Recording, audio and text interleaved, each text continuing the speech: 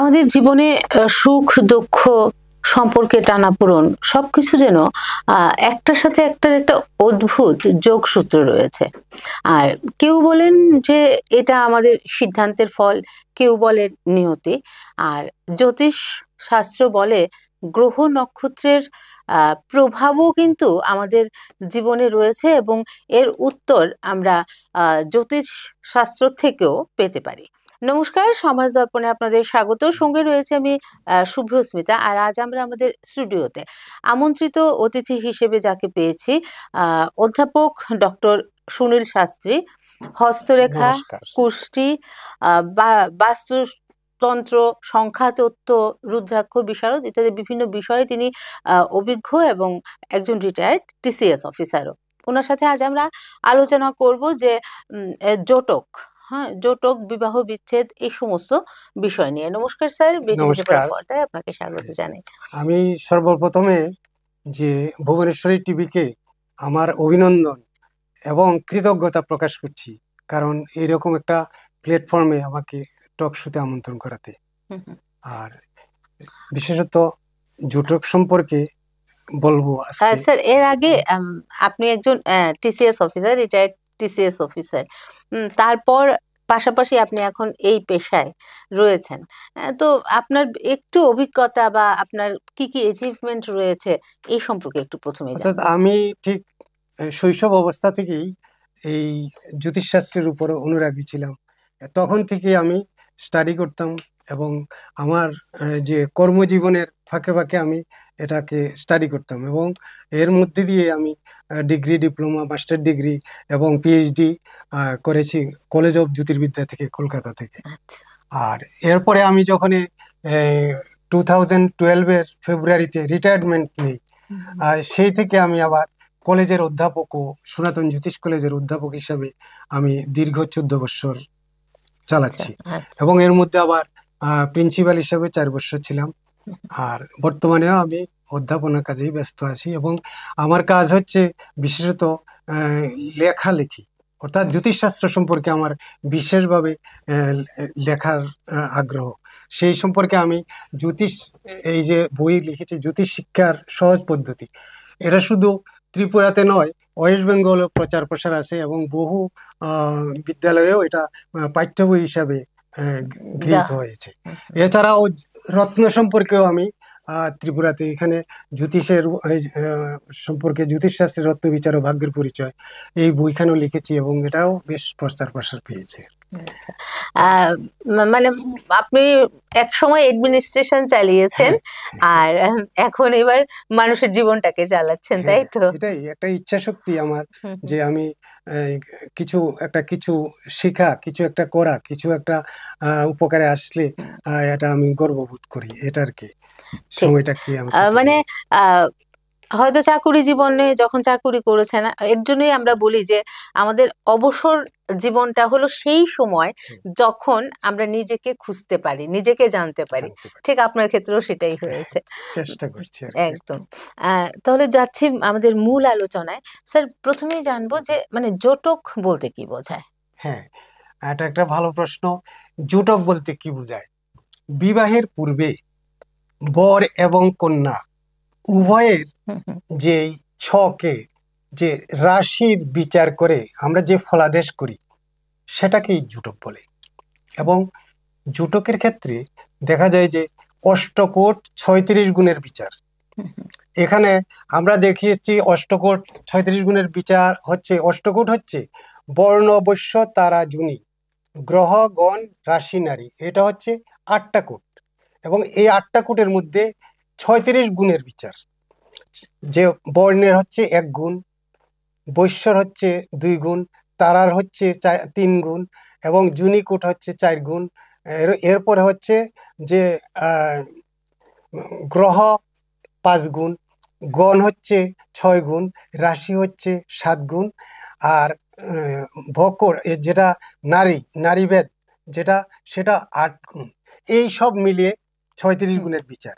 এবং 36 গুণের মধ্যে আবার দেখা যায় যে 18 গুণ থেকে 20 গুণ মিললে আমরা মধ্যম জোটক ধরি এবং 20 থেকে 30 পর্যন্ত সেটাকে আমরা উত্তম জুটক ধরি, এবং 30 থেকে 36 গুণের বিচার পেলে সর্বোত্তম জুটক ধরি।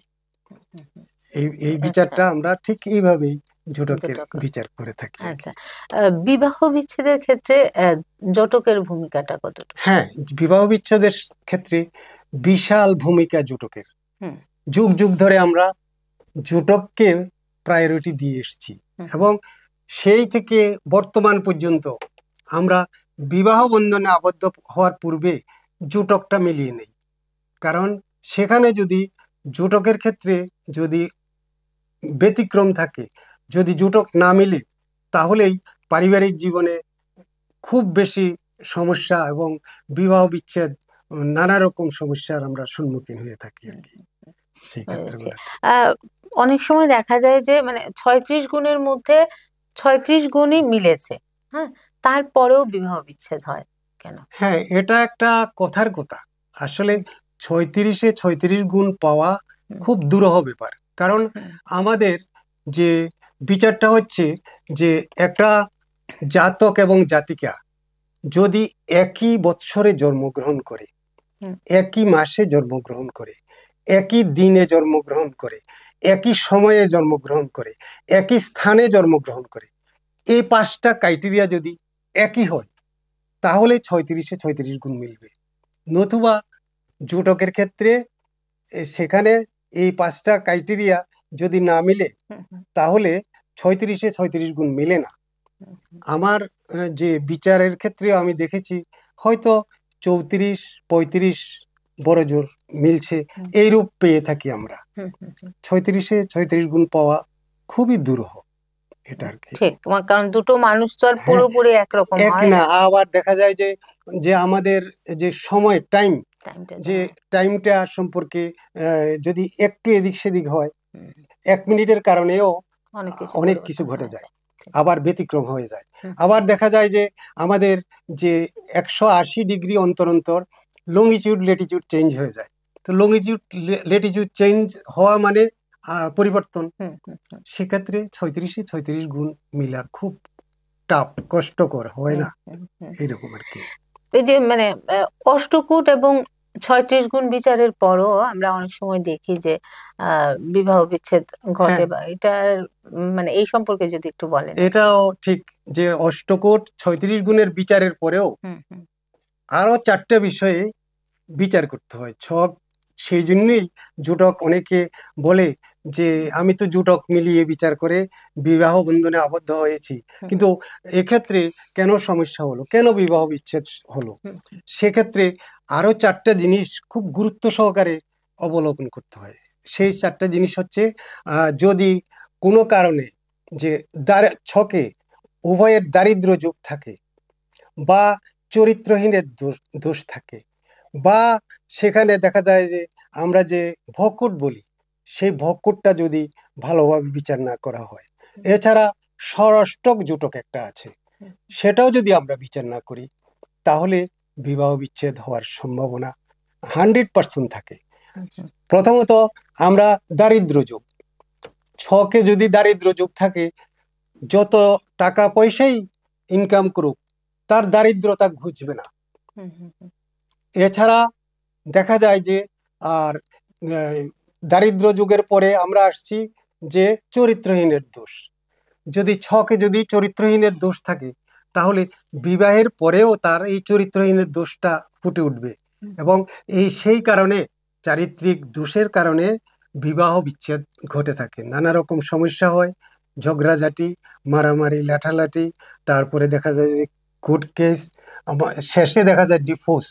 এসব কারণগুলা ঘটে থাকে চরিত্রহীনের দোষ থাকলে।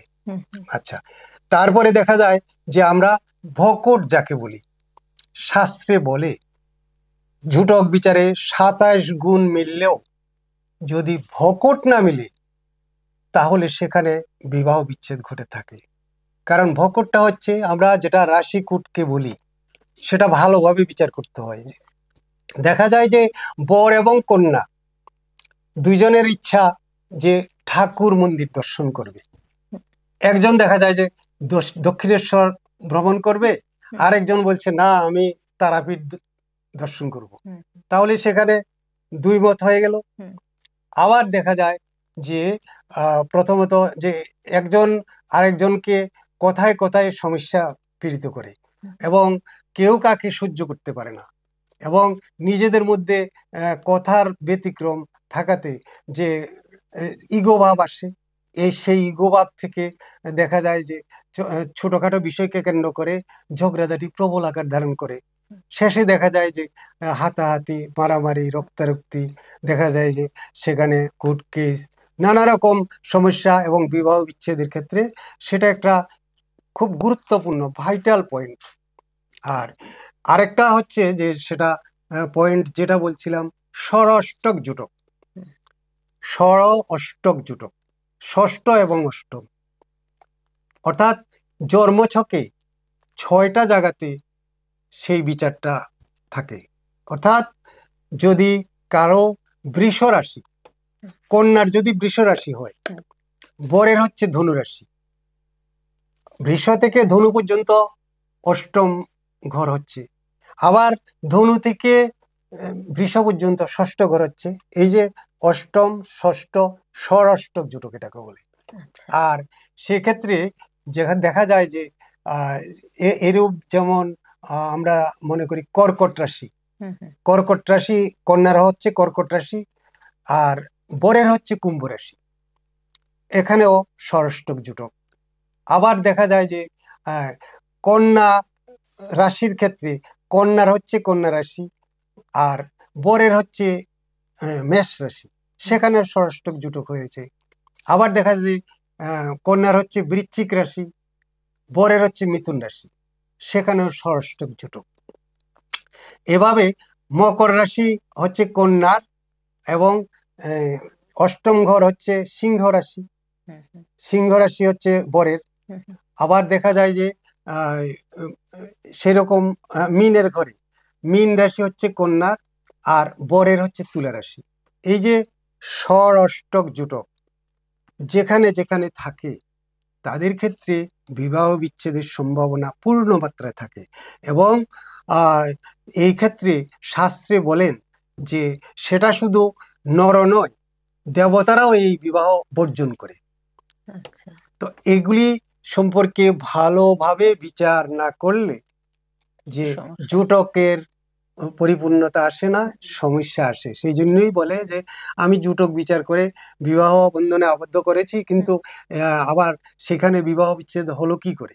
তো এগুলিও বিচারের অনেক বিষয় থাকে বিচার্য। ঠিক। এই যে মাঙ্গলিক দোষ, হ্যাঁ, মাঙ্গলিক দোষটা কি?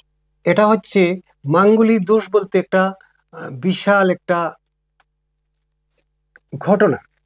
এটা হচ্ছে আমাকে প্রথমেই জানতে হবে মাঙ্গলিক মানে মঙ্গল, মঙ্গলটা শুভ নাকি অশুভ, আমার মঙ্গলটা কোথায় আছে, কোথায় গেলে অশুভ হয়, কোথায় গেলে শুভ হয়। এবং মঙ্গল যদি শুভ হয় সাংঘাতিক ভালো ব্যাপার, শুভ যত রকম অনুষ্ঠান হয় শুভত্ব এনে দেয়। এবং যে মঙ্গল হচ্ছে ল্যান্ডের মালিক, অর্থাৎ ভূমাধিকারী, যার শুভ থাকে মঙ্গল, তার দেখা যায় যে ভূমির ক্ষেত্রে বিশাল ভাবে তার উত্থান হচ্ছে, এবং পরপর খালি ভূমি ক্রয় করছে বা ভূমি তার আসছে, এই ধরনের অবস্থান থাকে। আর সেই ক্ষেত্রে শুভ মঙ্গল কোনটাকে বলে? শুভ আমরা মনে করি যে তুঙ্গস্থ মঙ্গল শুভ, উচ্চস্থ মঙ্গল শুভ, মূল ত্রিকোণে মঙ্গল শুভ, স্বক্ষেত্রে মঙ্গল শুভ, মিত্র ক্ষেত্রে মঙ্গল শুভ। এই সব ঘরে যদি মঙ্গল থাকে তাহলে মাঙ্গলিক দোষ ধরা হয় না। আচ্ছা, মাঙ্গলিক দোষ বলে গণ্য করা হয় না। আমরা চট করে দেখলেই, ছক দেখলেই মাঙ্গলিক বলে দেই, সেটা ঠিক নয়। এগুলি মানতে হয়। যেমন আমরা তুঙ্গস্থ এবং উচ্চস্থ, সেটা মঙ্গল মকরে হচ্ছে তুঙ্গস্থ এবং উচ্চস্থ, এবং মূল ত্রিকোণ এবং স্বক্ষেত্রী সেটা হচ্ছে মেষ রাশিতে। আবার দেখা যায় যে বৃশ্চিক রাশিতে স্বক্ষেত্রী মঙ্গল। সেক্ষেত্রে মাঙ্গলিক দোষ আমরা ধরতে পারি না। এবং যদিও ধরে থাকি সেটা ঠিক নয়। এটা মাঙ্গলিক কথায় কথায় যে মঙ্গল খারাপ এটা বলা যায় না। আর মঙ্গল যদি অশুভ হয়, মঙ্গল যদি নিচস্থ হয়, মঙ্গল যদি শত্রু গ্রহ দ্বারা পীড়িত হয়, এক্ষেত্রে যে মঙ্গলকে আমরা অশুভ বলি। আর অশুভ মঙ্গল, মঙ্গলটা হচ্ছে কি, অশুভ মঙ্গলের কাজটা কি, সে হচ্ছে রাগী, জেদি, বদ মেজাজি, কারো কথা শুনে না, সে মায়ের ডাঙ্গা, ঝুট ঝামেলার হচ্ছে মঙ্গলের প্রধান ভূমিকা, অশুভ মঙ্গলের। এবং বিবাহ ক্ষেত্রেও দেখা যায় যে বিবাহিত জীবনেও এই ছোটখাটো বিষয়কে নিয়ে ঝগড়াঝাটি, হাতাহাতি, লাঠালাঠি, রক্তারক্তি বা ডিভোর্স এগুলি ঘটে থাকে।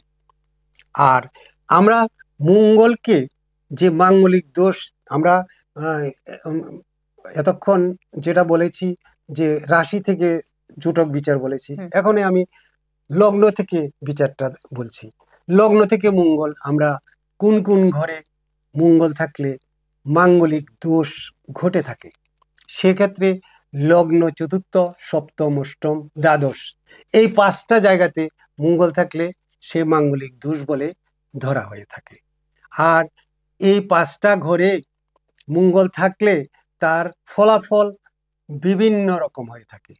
লগ্নের সাথে চতুর্থের একরকম ফল, সপ্তমের একরকম ফল, অষ্টমের একরকম ফল, দ্বাদশের একরকম ফল। কিরকম সেটা? যেমন লগ্নে মঙ্গল, লগ্নে যার মঙ্গল, সে জাতক নিজেই তার মাঙ্গলিক এই যে ঘটনার জন্য দায়ী।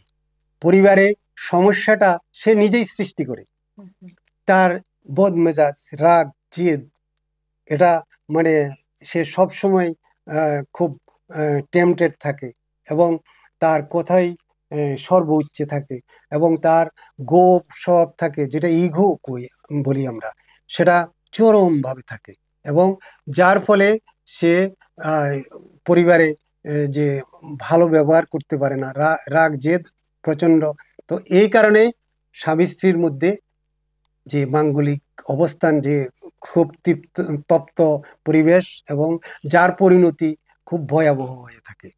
এবং সেক্ষেত্রে দেখা যায় যে যার লগ্নে মঙ্গল, তার শারীরিক অবস্থা ভালো থাকে না, স্কিন ডিসিজ থাকে, যে কোনো কিছু ঘটলে, যে কোনো কিছু যে রোগ শোক হলে সেটা সহজে শুকোতে চায় না।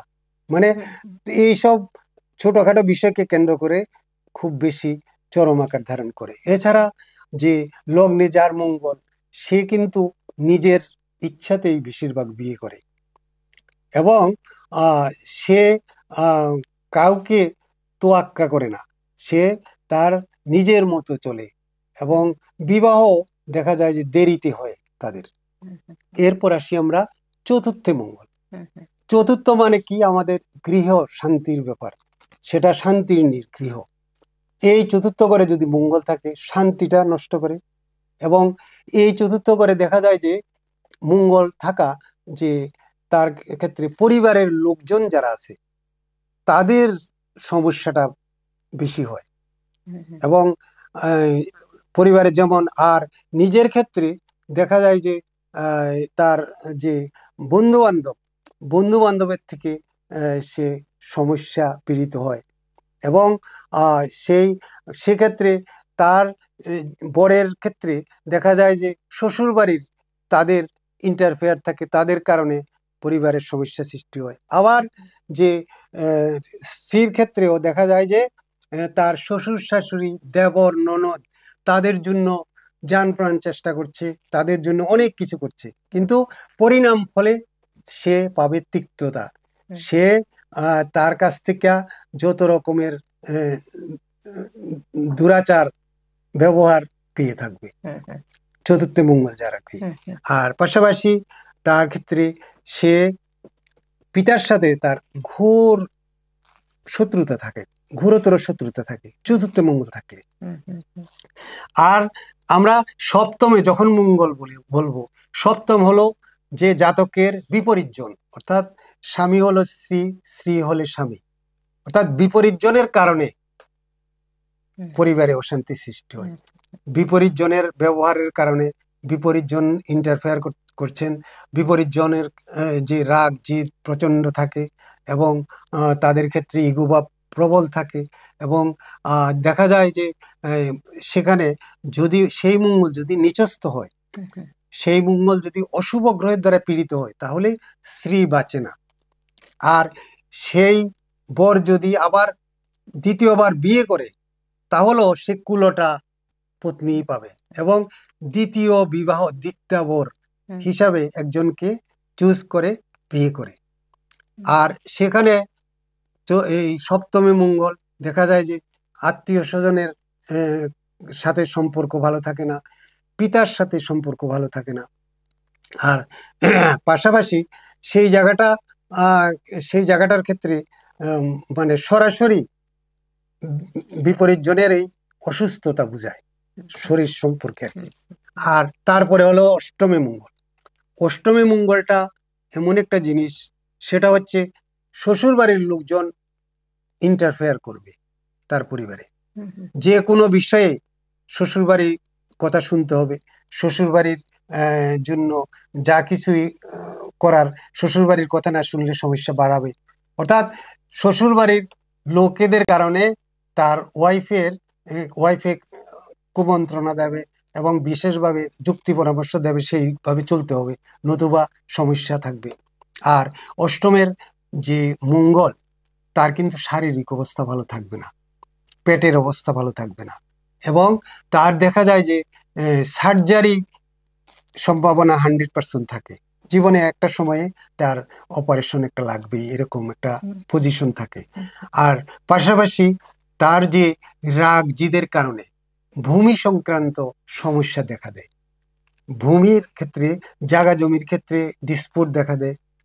এছাড়া এই ক্ষেত্রে ডিসপুট দেখা দেওয়ার ক্ষেত্রে বা পরিবারে ওয়াইফের সাথে এমন একটা ঘটনা চরম অবস্থা গেল, সেখানে কোর্ট কাচারি মামলা মোকদ্দমা হবে, এই ধরনের অবস্থান ঘটে থাকে। অষ্টমী মঙ্গল তারা মনে করে যে কোনো না কোনো ক্ষেত্রে তার কোর্ট কাচারির সমস্যা থাকবেই এবং হয়তো ভূমি সংক্রান্ত হোক আর ওয়াইফ সংক্রান্ত হোক, তার কোর্ট কাচারির সাথে লিঙ্ক থাকতে হবে। কোর্ট কাচারি হয়তো ভালো একটা জমি ক্রয় করলো, দেখা যায় যে এখানে কোনো সমস্যা নেই, কিন্তু সমস্যাটা এসে গেল।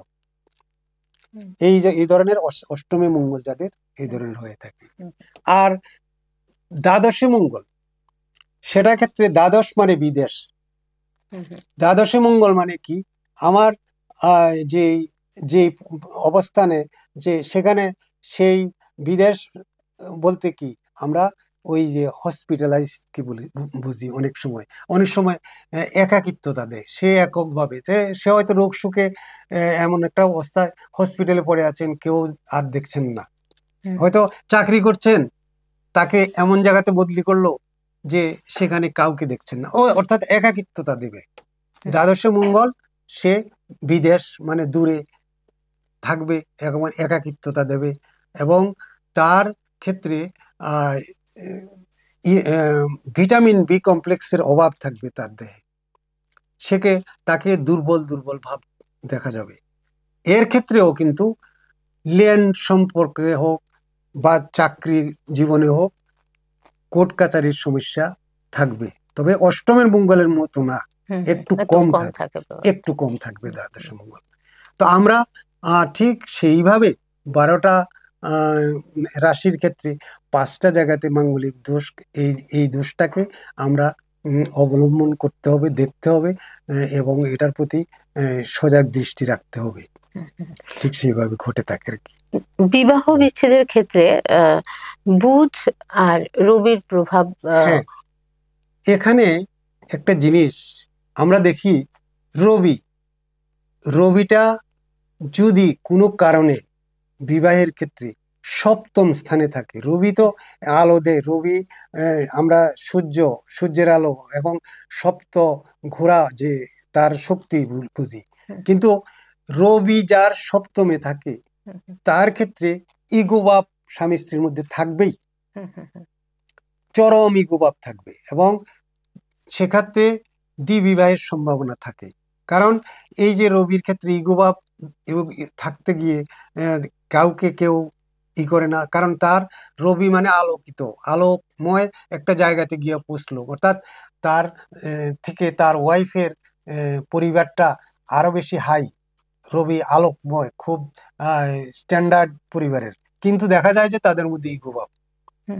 তো ইগোভাব জাগরিত সব সময় হয়ে থাকে, এবং তার কারণেই রবিকে সপ্তমে থাকলে এটাকে সমস্যা পীড়িত মনে করে এবং দ্বিতীয় বিবাহের সম্ভাবনা থাকে। আর পাশাপাশি বুধও একটা এমন একটা প্ল্যানেট, সে সর্বত্রই ভালো কাজ করে, কিন্তু কারণ সে এককভাবে অন্যের সাথে সহযোগিতামূলক ভালো ডেভেলপমেন্ট দেয়, বিদ্যার ক্ষেত্রে হোক, ব্যবসার ক্ষেত্রে হোক, মানে বুধ সর্বত্রই প্রযোজ্য। কিন্তু সপ্তম ঘরে যখন বুধ থাকবে, তখন বুধ হচ্ছে নপুংসক গ্রহ। বিবাহের ক্ষেত্রে, সেখানে যে ভালোবাসার ক্ষেত্রে, পরিবারের শান্তির ক্ষেত্রে, বিবাহের ক্ষেত্রে সেখানে বুধ নপুংসক গ্রহ, সে সমস্যা সৃষ্টি করে এবং দ্বিতীয় বিবাহ হয়ে থাকে। দেখা যায় যে যাদের ক্ষেত্রে রবি বুধ সপ্তমে, দ্বিতীয় বিবাহের সম্ভাবনা হয়ে থাকে, এটা হচ্ছে মূল কারণ আর কি। আসলে আমরা তো মোটামুটি সময়ের একেবারে শেষ প্রান্তে। হ্যাঁ, তো শেষ একটা প্রশ্ন আপনার কাছে জানবো যে এই যে বিভিন্ন সমস্যাগুলো, এই সমস্ত সমস্যার প্রতিকারের ক্ষেত্রে জ্যোতিষ বিদ্যা বা জ্যোতিষী পদ্ধতি কতটা মানে হেল্পফুল হয়? এটার ক্ষেত্রে প্রতিকার অনেক রকমের হয়ে থাকে। জ্যোতিষীদের কাছে আসলো, তার মাঙ্গলিক দোষ, তাকে পূজা করাতে হবে। কিভাবে পূজা করাতে হবে? বটবৃক্ষের সাথে পূজা করাতে হবে, কলা গাছের সাথে পূজা করাতে হবে, বিভিন্ন রকম পজিশন নারায়ণের সাথে পূজা করাতে হবে, অর্থাৎ সেই যে মাঙ্গলিক দোষ ভঙ্গ করার জন্য। কিন্তু পরিণাম ফল দেখা যায় যে মাঙ্গলিক দোষ প্রথম পূজা পার্বণ করলো, একবার করলো, তার যে সেক্ষেত্রে ভঙ্গ হলো, মানে কোনো রকম কাজ হলো না। দ্বিতীয়বার দেখা যায় যে সেক্ষেত্রেও মাঙ্গলিক দোষ কাটলো না, তৃতীয়বার সেক্ষেত্রেও কাটলো না।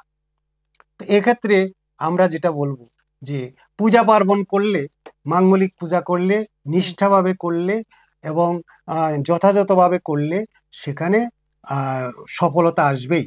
কিন্তু দেখা যায় যে আমি যাকে দিয়ে পূজা করাচ্ছি সেই ব্রাহ্মণ ঠাকুর কতটুকু জানে, সেই ব্রাহ্মণ ঠাকুর নিষ্ঠাবান কিনা, সেই ব্রাহ্মণ ঠাকুর কি পূজার পদ্ধতিগুলা ভালোভাবে জানে, সেই ব্রাহ্মণ ঠাকুর কি এই যে আমরা মাঙ্গলিক দোষের যে প্রতিকারের ক্ষেত্রে, যে মাঙ্গলিকের ক্ষেত্রে যে মঙ্গলের বীজ মন্ত্র 16,000 বার পাঠ করতে হয়, সেটা কি করে এবং করলে কতটুকু নিষ্ঠাভাবে করে? যদি নিষ্ঠাভাবে করে সেটা অবশ্যই ফল দেবে। এবং এক্ষেত্রে আমার বুঝতে হবে আমি কাকে দিয়ে পূজা করাবো। আর তারপরেও দেখা যায় যে দ্বিতীয়ত দেখা যায় যে কিছু কিছু ক্ষেত্রে দেখা যায় যে আমরা অনলাইনে অনেক সময় টোটকা দিয়ে থাকি, হাজার হাজার জন টোটকা দিচ্ছে যে হ্যাঁ আপনার এই টোটকা করুন, তাহলে আপনার যে বিবাহ বিচ্ছেদ ভালো হয়ে যাবে, কোনো রকম সমস্যা থাকবে না। আমরাও কি করি যে সমস্যা যখন করতে হবে, এক একজন 15 বার 20 বার 20টা টোটকা করলো, 15টা 20টা টোটকা করার পরে সেটার সমস্যায় রয়ে গেল। এক্ষেত্রে জানতে হবে যে আমি কোন টোটকা কাকে আমি ভালোবাসি এবং কে সত্যিকারের টোটকা দিচ্ছে, কার টোটকাটা যথাযথ, সেদিকে লক্ষ্য রাখতে হবে, নতুবা কোনো কাজ হবে না। আর এছাড়া যে আমরা যে মনে করি যে একজনের হয়তো যে অনেকে বলে থাকে যে হ্যাঁ মঙ্গলের জন্য বগলামুখী যে পূজা সেটা করানো সবচেয়ে ভালো। তো বগলামুখীর ক্ষেত্রেও যে বগলামুখী যারা করায় তারা 10 মহাবিদ্যায় পারদর্শী হতে হয়। তাহলে আমার 10টা সিঁড়ি পার করে, 10টা সিঁড়ি সম্পর্কে শিক্ষা গ্রহণ করে তারপরে করতে হয়। আর মাঙ্গলিকটা হচ্ছে 5ম সিঁড়িতে, তাহলে আমার প্রথম সিঁড়ি, দ্বিতীয়, তৃতীয়, চতুর্থ, 5ম সিঁড়ির জ্ঞান অর্জন করতে হবে, তারপরেই আমি বগলামুখী যে পূজা করে তাকে যে মাঙ্গলিক অবস্থা থেকে বের করে আনবো। এছাড়া আমাদের তো আর এত সময় নেই যে পূজা পাঠ বা এই সে করবো, কেউ চাকরি করে, কেউ ব্যবসা করে, সেখানে কি করব যে আমার একটা ক্ষেত্রে আমার আর কোনো রাস্তা নেই, ঠিক আছে আমি এখন গ্রহরত্ন ধারণ করাবো। এখানে ক্ষেত্রেও আমার গ্রহরত্ন সম্পর্কে আমার ভালোভাবে জানতে হবে, আমার যে ব্র্যান্ডেড কোয়ালিটি হতে হবে, এবং এই গ্রহরত্নের মধ্যে যে কি কি উপাদান আছে সে সম্পর্কে জানতে হবে, এবং এই যে গ্রহরত্নটা সঠিক কিনা, কোথাকার গ্রহরত্ন সঠিক, কোথাকার। আমরা মঙ্গলের জন্য রক্তপ্রবাল ধারণ করতে বলি, রক্তপ্রবাল কোথায় পাওয়া যায়? সত্যিকারে আসল যেই রত্ন সেটা সমুদ্রের গভীরে পাওয়া যায়। আমরা যে সেটা যে এই যে প্রবাল, প্রবাল মানে একটা মাছের মতো একটা কীট, বিশাল দেহ, সেটা সমুদ্রের মধ্যে মারা যাওয়ার পরে সেখানে একটা জড়িত হয়ে একটা জায়গাতে থাকে, সেটা গাছের আকার দেখা দেয়। আর ডুবুরিরা সেই গাছটা কেটে এনে ঘষে মেজে প্রবাল তৈরি করে, সেটা হচ্ছে বিশুদ্ধ প্রবাল। আর বিশুদ্ধ প্রবাল এমন একটা জিনিস, সেটা নাইট্রিক অ্যাসিডের সংস্পর্শে এলে গলে যাবে, এবং কৌষ্টিক পাথরে যখন ঘষবে সে ক্ষয়প্রাপ্ত হবে, কিন্তু তার মলিনতা নষ্ট হবে না। সেটা হচ্ছে বিশুদ্ধ প্রবাল। আর বিশুদ্ধ প্রবাল দামেও একটু ভারী, আর তারপরে এমনিতে ওজনেও ভারী। তো যেখানে সেখানে বিশুদ্ধ প্রবাল পাওয়া যায় না। আমরা বাজারে দেখছি একেবারে এটা প্রবালের আর মানে সমস্যা নেই, যেখানে সেখানে প্রবাল পাওয়া যায়, আমরা লেগে নিচ্ছি। লাগিয়ে নেওয়ার বড় কথা নয়, আমাকে দেখতে হবে সেটা অরিজিনাল কিনা। All that glitters is not gold. এখন চকচক করলে সোনা হয় না। আমার এই ক্ষেত্রে প্রবাল দেখতে হবে। কোনো কোনো ক্ষেত্রে দেখা যায় যে প্রবাল যে সিমেন্ট, গাছের আঠা, রং এবং কেমিক্যাল দিয়ে মিশ্রণ করে একরকম প্রবাল তৈরি করা হয়, সেটাকে নেপালি প্রবাল বলে। আবার দেখা যায় যে ভ্যাকেলাইট নামক পদার্থ দিয়ে যে সেটা দেখা যায় যে এই সেই ল্যাবরেটরিতে কৃত্রিম আকারে প্রবাল তৈরি করে, যেটা দর্শনে এমনই সুদৃশ্যজনক যে কোনটা আসল কোনটা নকল সাধারণ লোক বুঝবে না। এমনিতে সমস্ত বিষয়গুলোই দেখা যায় যে দুটার মধ্যে কোনটার সামঞ্জস্য, কোনটা আসল কোনটা নকল, এটা বোঝা যায় না। সেই ক্ষেত্রেও মানুষ কনফিউজড। তো অভিজ্ঞ লোকের দরকার, অভিজ্ঞ জ্যোতিষ দরকার, অর্থাৎ রত্ন সম্পর্কে জ্ঞান অর্জন যার আছে, সেটা আমাকে তার কাছ থেকেই রত্ন কেনাটা প্রযোজ্য। কারণ বিশুদ্ধ প্রবাল, আমি তো সাধারণ মানুষ, আমি তো বুঝি না। তো সেই ক্ষেত্রে আমাকে বুঝতে হবে কোন জ্যোতিষী ভালো বলতে পারে, এবং কোন জ্যোতিষী রত্ন সম্পর্কে জ্ঞান আছে, তার কাছে আমার যাওয়া দরকার। আমি এখানে সেখানে বহু টাকা পয়সা খরচ করেও দেখা যায় যে তার সেই সমস্যা মিটলো না, অর্থাৎ বিবাহ বিচ্ছেদের ঘটেই যাচ্ছে। আর বিশুদ্ধ প্রবালে একটা জিনিস, এটার মধ্যে এনজাইম থাকে, শরীরে এনজাইম থাকে, এবং এটা যে আমাদের অ্যাক্সিডেন্ট প্রবণতাকে রোধ কমায়। কোনো কিছু 100% বলতে কোনো কিছু নেই। অর্থাৎ আমি যেই কিছু উপাচার করি, যাই কিছু করি, সেটা আমাকে সহযোগিতা করে, আমি গাছে উঠতে পারছি না, আমাকে ধাক্কা দিয়ে তুলে দিল, আমার চেষ্টাটা করি, এবং আমার চেষ্টাটার সাথে প্রতিকার হচ্ছে তার এই সহযোগী, প্রতিকার সহযোগী। এখানে 100% না, সহযোগী করছে, আমাকে সহযোগিতা করছে, আমাকে উত্তরণের জন্য যেতে পারছি না, আমি হয়তো সামনে কাটা দেখছি, আমাকে প্রতিকার দেওয়ার পরে আমাকে দেখা যায় যে আমি কাটাতে পা না দিয়ে আমি ঘুরে গেলাম। এটা হচ্ছে প্রতিকার, এবং এটার ক্ষেত্রে আমাকে চিন্তা করতে হবে কোথায় গেলে আমি সেটার থেকে সঠিক দিশা পাবো। এটাই হচ্ছে প্রতিকার। আজকের আলোচনায় আমরা যেটা বুঝলাম যে যে কোনো একটা সম্পর্কের মূল ভিত্তি শ্রদ্ধা, ভালোবাসা, বিশ্বাস, এর উপরে একটা সম্পর্ক টিকে থাকে। এর সাথে জ্যোতিষশাস্ত্র আমাদেরকে দিক নির্দেশ দিক করবে। নির্দেশ করে। জ্যোতিষ মানে জ্যোতি দেখানো, আলো দেখানো, সেখানে ভয় দেখানো না। তার যদি তার সঠিক রাস্তাটা যদি সে বের করে দিতে পারে, তাহলে সেই জায়গা থেকে সে উত্তরণ করলো। এটা হচ্ছে মূল বিষয়। ঠিক, জ্যোতিষশাস্ত্র আমাদের দিক নির্দেশ করে, কিন্তু সম্পর্কের ক্ষেত্রেই হোক, কর্মক্ষেত্রেই হোক, সব ক্ষেত্রেই মূল চাবি কাঠি কিন্তু আমাদের হাতে। একদম। ঠিক। আমার চেষ্টা, একজনের ভাগ্যে আছে, দেখা গেল জ্যোতিষ বললো ভাগ্যে আছে তার ডক্টর হবে, কিন্তু দেখা গেল সে পেইন্টার, রং দিচ্ছে। এটা হলো কি করে? সে যথাযথভাবে সে আমার চেষ্টা করলো না, যথাযথ স্থানে যাওয়ার সেই সদিচ্ছেই প্রকাশ করলো না, সে বিপদগামী হলো। তাহলে তো সে পেইন্টারই হবে, সে তো আর ডাক্তার হতে পারবে না। এটা হচ্ছে নিজের প্রচেষ্টা, এটা আর কি। একদম ঠিক। আমরা জ্যোতিষ শাস্ত্রের উপর নির্ভর করব, কিন্তু আমাদের নিজের প্রচেষ্টাটাও চালিয়ে যেতে হবে। তবে আমরা একেবারে সময়ের শেষ প্রান্তে। আজকের মতো সমাজ দর্পণ এই পর্যন্তই। ধন্যবাদ স্যার আপনাকে, আমাদের আমন্ত্রণে সাড়া দিয়ে আপনি আমাদের স্টুডিওতে এসেছেন। ধন্যবাদ আমাদের দর্শক বন্ধুদেরকে যারা এতক্ষণ আমাদের সাথে ছিলেন, আমাদের অনুষ্ঠান দেখছিলেন। পরবর্তী পর্বে দেখা হবে আবারও নতুন কোনো ব্যক্তিত্বের সাথে, নতুন কোনো বিষয় নিয়ে। ততক্ষণ পর্যন্ত ভালো থাকবেন, সুস্থ থাকবেন, আর নানা রঙের অনুষ্ঠানের জন্য চোখ রাখবেন বিটিভি ত্রিপুরার পর্দায়। নমস্কার।